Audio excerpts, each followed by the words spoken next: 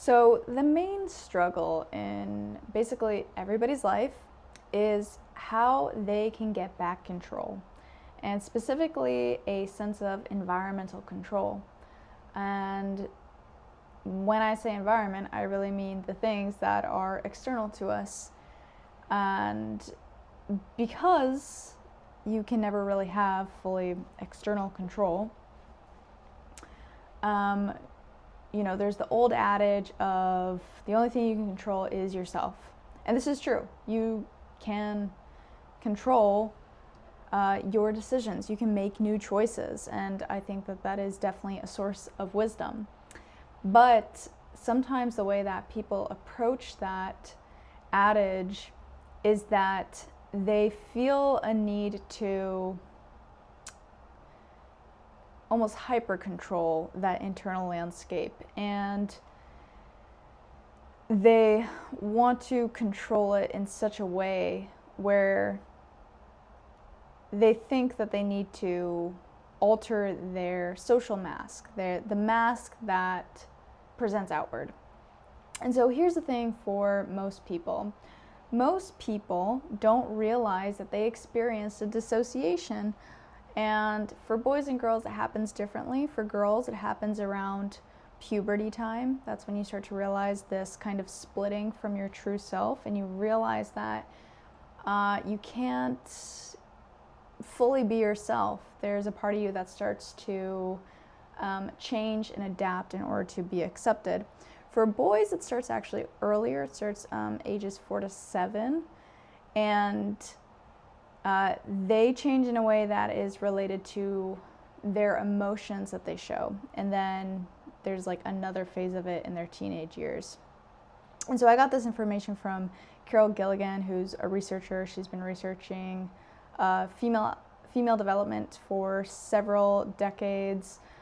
She's a well-renowned researcher. And for the boy research, that's from a different researcher. I don't know her name off the top of my head, but Carol mentions it in her book in a different kind of voice. So anyways, between men and women, we experience this dissociation in our adolescence, and it's actually key to being socialized. But I don't think it is inherent to becoming like socialized in a human way. I think it's socialized in this mechanistic way. Like, we're basically taught to be machines, and kind of all these human traits that you have about you, in a lot of ways you're taught to adopt this social outward-facing mask that performs according to what the authorities around you demand. And some people are better at putting on that mask, other people are not as good. But the cost of wearing that mask and also believing that that mask is like your true self is that you are prone to always living by whether or not people accept you and whether or not people approve of you. And, even if everyone is prone to like feeling the effects of being rejected, which is unpleasant, but if you're someone who seeks out that validation in order to feel comfortable in yourself, that rejection,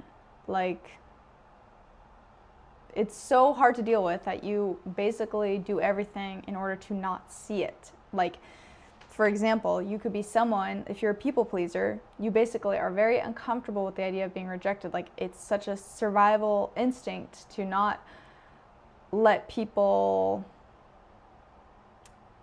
feel that way about you, in which you're actually willing to bend over backwards to not inconvenience them, so you can play out this story in your head that you have to do this work in order for them to feel happy and comfortable, but actually you're doing it so you don't have to see the reality and the truth that they just don't like you and they don't approve of you. And so anyways, it's important to understand this idea of this mask, this outward-facing mask that a lot of us take to be our true self. And the The trap of this is that when you think that your outward social facing mask is your true self, and you forget that you dissociated from that true self actually, and you stopped living from that true self. You start to hide it internally.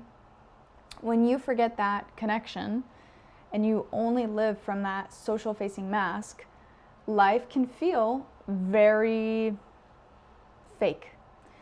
But the way that you feel it is not necessarily just like, oh wow, things don't feel real. I mean, you basically never feel real to yourself. But then also, you feel like you're never really having the experiences that you want. You feel like you're never having these kind of synchronicities. You never seem to click with the people that you honestly wish to click with. Like, you just don't feel like things kind of add up in the ways that you feel like they should for you, because those are the things that you desire, and it can be really frustrating. And so if you live from the mask, your conclusion, and this is going back to what I said at the beginning, in order to have the sense of environmental control, in order to have the sense of how do I get what I want, is to double down on that social facing mask. And the way that we actually see people talk about this is they talk about it with looks maxing and optimizing and becoming your peak self, becoming your most fulfilled self. This often relates to appearance and money and relationships. And I think that there is value to a lot of that. I think there's value to self-improvement, and I'm certainly someone who's drawn to self-improvement, and I can say my life has improved. But the trap is when you're doing all of these like optimization things in order to get the feeling of being accepted, in order to get the feeling of I'm in control now. And what we see is for people who go really deep into that, they might actually be getting the results they want, and then they still don't feel like they're enough. They still don't feel like it's, they still don't feel that satisfaction that they were looking for. And so this kind of way of living, it's almost like you are setting the way you're approaching the problem is basically that you're at a deficit. It's like, I'm insufficient, so therefore I need to improve myself. And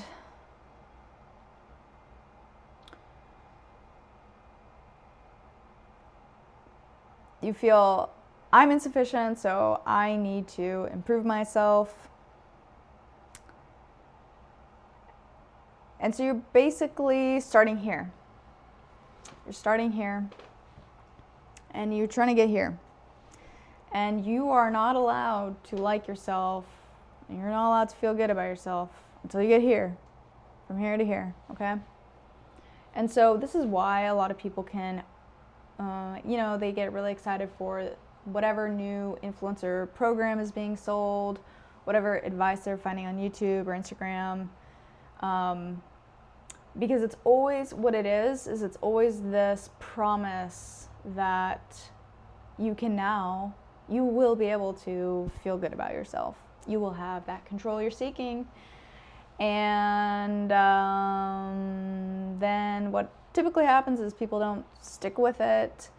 And I know why people don't stick with things. It's because of the way they're approaching it. Is they're approaching it like they're from a deficit, and that they basically are like in debt almost, like, I have to do this in order to be worthy, in order to be loved.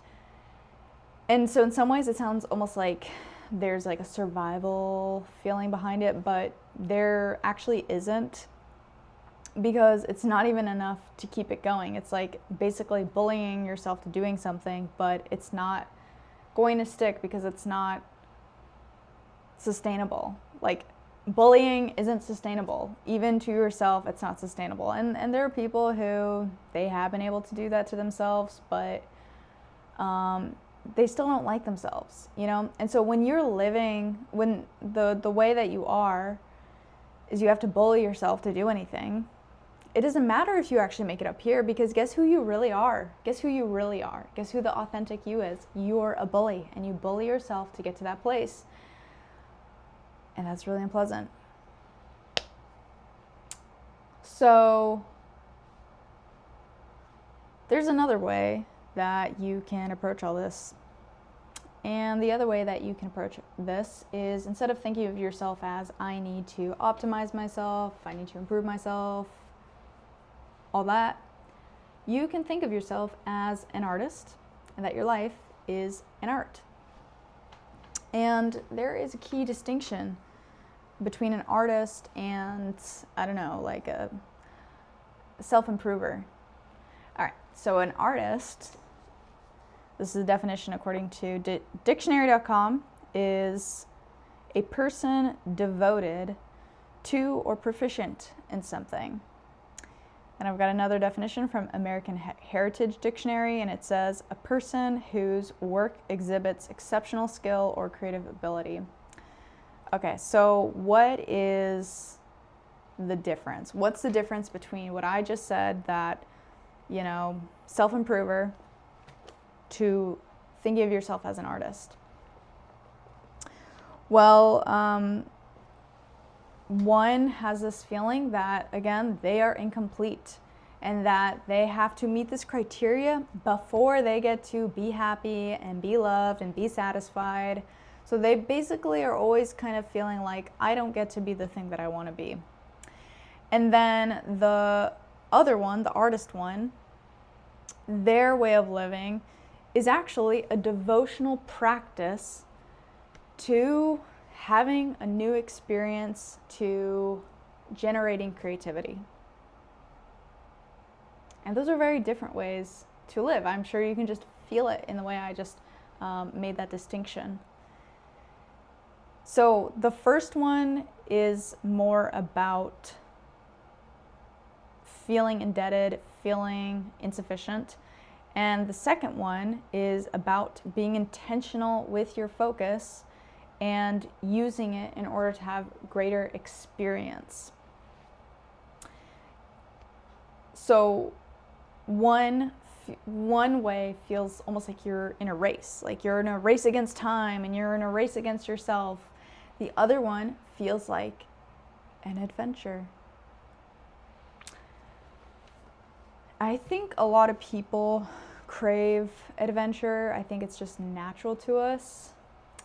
If you think about humans before we got all industrialized and everything, even when we were in tribes or, you know, smaller kingdoms, we were outside a lot, we were active a lot, and, you know, there was such a thing as pilgrimage, meaning like we would walk around to holy sites or to travel. If you were to leave your area, I mean, it was this bigger journey, and in a way it's very natural for us to expand in this way, to expand our sight. So the sense of adventure, I think, is very natural to us, and I think it's also linked to what makes us human. And I'm now referring to Gregg Braden.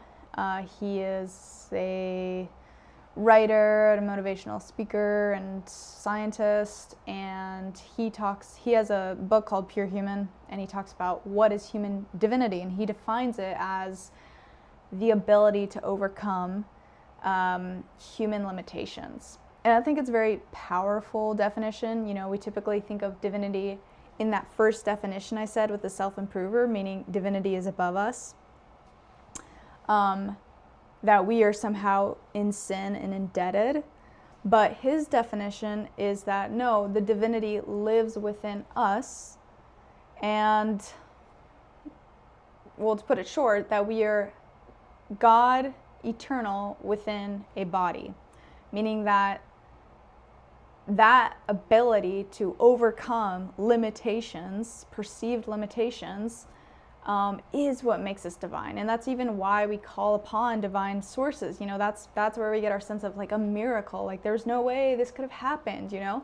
And yet it's in those very moments that we experience our growth. It's in our limits that we can experience a lot of creativity, and because that's what can help us get out of it. And he also says that divinity being expressed looks like love, it looks like compassion, it looks like empathy, imagination, creativity.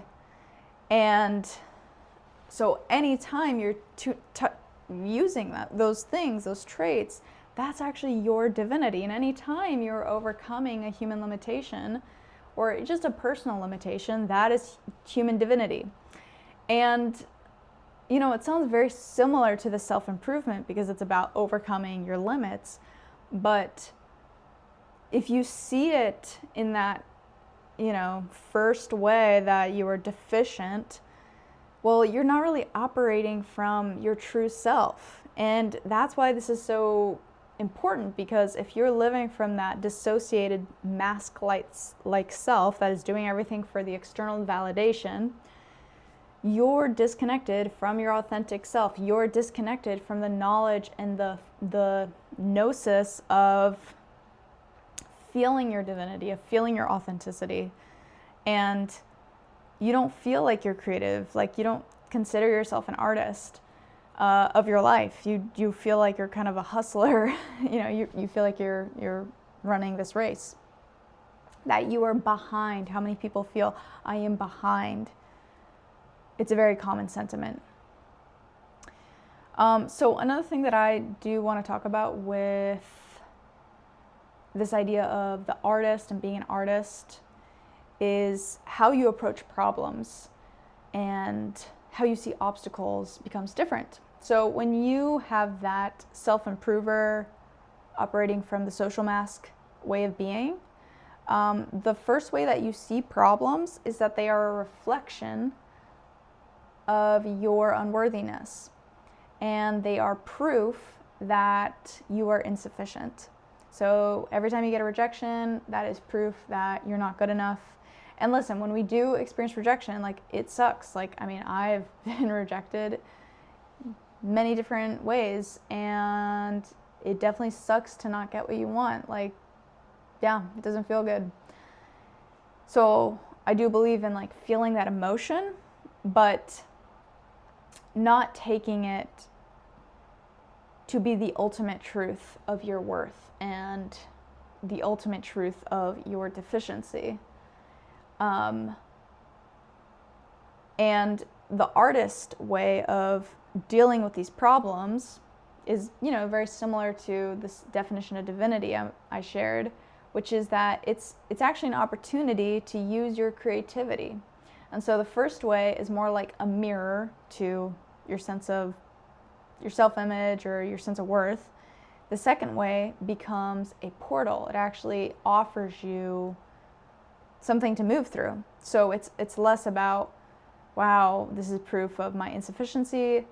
The other way is, okay, this is a limitation. It feels bad, but this is not the end. There are other ways to do things, and you'll get new ideas, and that is your divinity at work. That is your artistry at work, because that is inherently your creativity at work. Is the limit literally gives you the opportunity to overcome it, to use those expressions of divinity I said, to overcome it, to not let this problem, become the death of you or the end of you, or the, definition of you. So I got that idea because I watched this one YouTuber who talked about how limitations in creativity can create more creativity. And he used the example of the Jaws movie.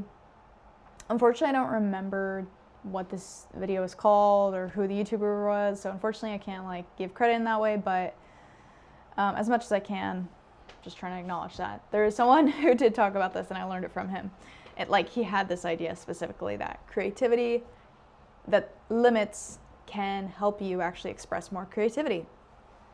And I think it's such a great example in this situation that I'm talking about, in terms of not taking an obstacle as proof of your unworthiness, but using it as fodder for a new way of doing something, as pulling out your creativity in order to still get the result you're looking for, And so what the filmmaker of Jaws did, well, his problem was that he had, you know, he made this movie about a shark, but his animatronic shark like wasn't working.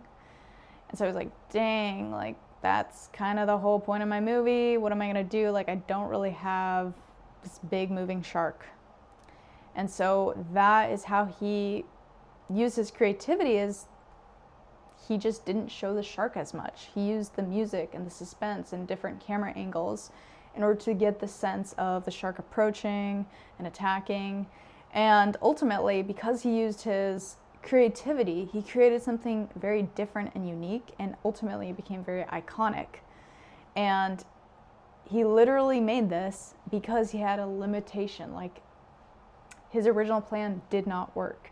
And yet, because of it, and because he was like, okay, let me try something different, he was able to get the same result he was looking for, and actually probably even better because of the effect this creative hurdle gave him.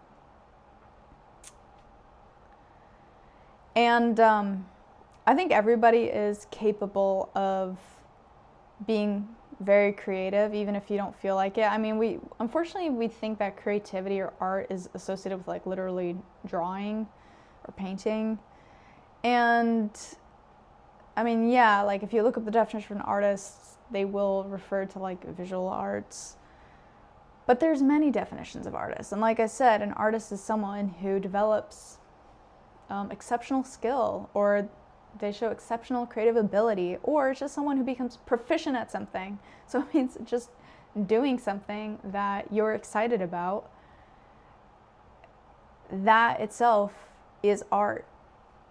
And so many people are artists, and the thing, I think it's so essential to kind of almost own this feeling of being, I am an artist in some kind of way, is because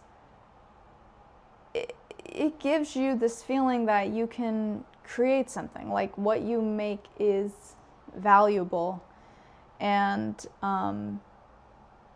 that you are in touch with that.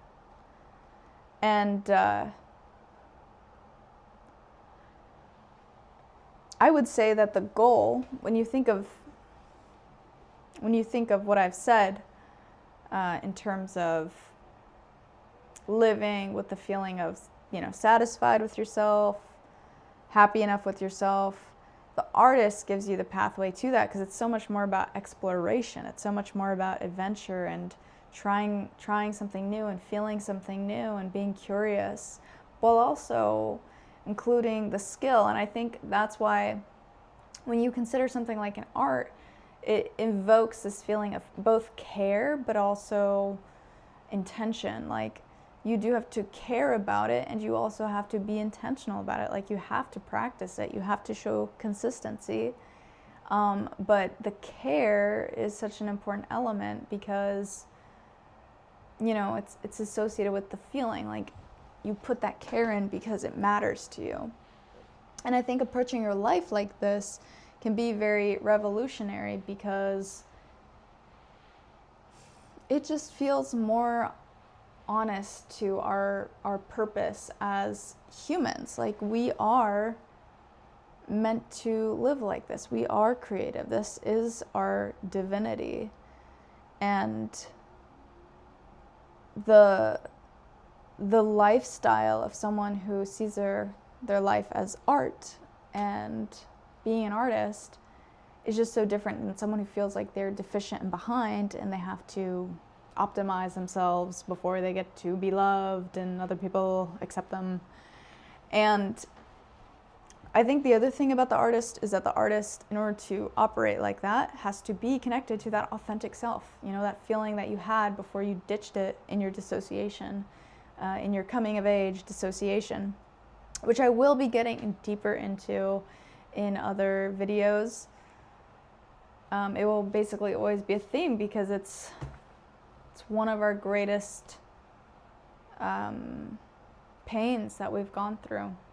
And I experienced that. I experienced this loss of my authentic self, where I just felt like things weren't real, and I was experiencing a lot of anxiety. And I just felt like I wasn't really connecting to people deeply, even though I felt like I valued deep connection and I valued meaningful conversation. I just felt like I wasn't finding that. But I did feel that feeling of being insufficient. I did feel that feeling of like, I am not enough. But like me coming to a place of I am enough, I guess it's not like you never, it's not like you'll never not, like, it's not like there's a point at which you cross and you're like, I never feel like that. Like, you can get waves of feeling like that, but it's not like your dominant way of being. It's not my dominant way of being.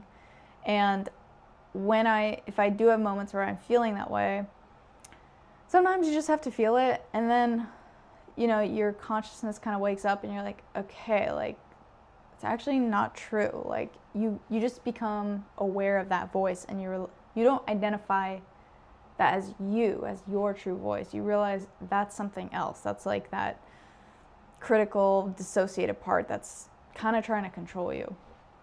So, yeah, that's all I want to say here. And if you like this, please subscribe, like this video, share it, and yeah, I'd love to hear your thoughts. See you on the next one. Bye.